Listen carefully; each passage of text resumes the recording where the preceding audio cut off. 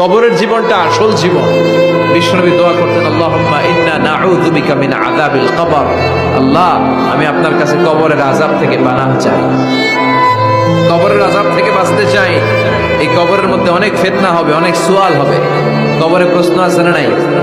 কথা বলেন। প্রথম প্রশ্ন জিজ্ঞেস করা হবে, মার রব্বুক, তোমার রব কে? বলেন, আমাদের রব কে? ওমা দীনুক, তোমার ধর্ম কি? বিষ্ণুবীর চেহারা দেখিয়ে বলা হবে, তাআরিফু মান হাযার রাজুল, এই লোকটারে চিনো?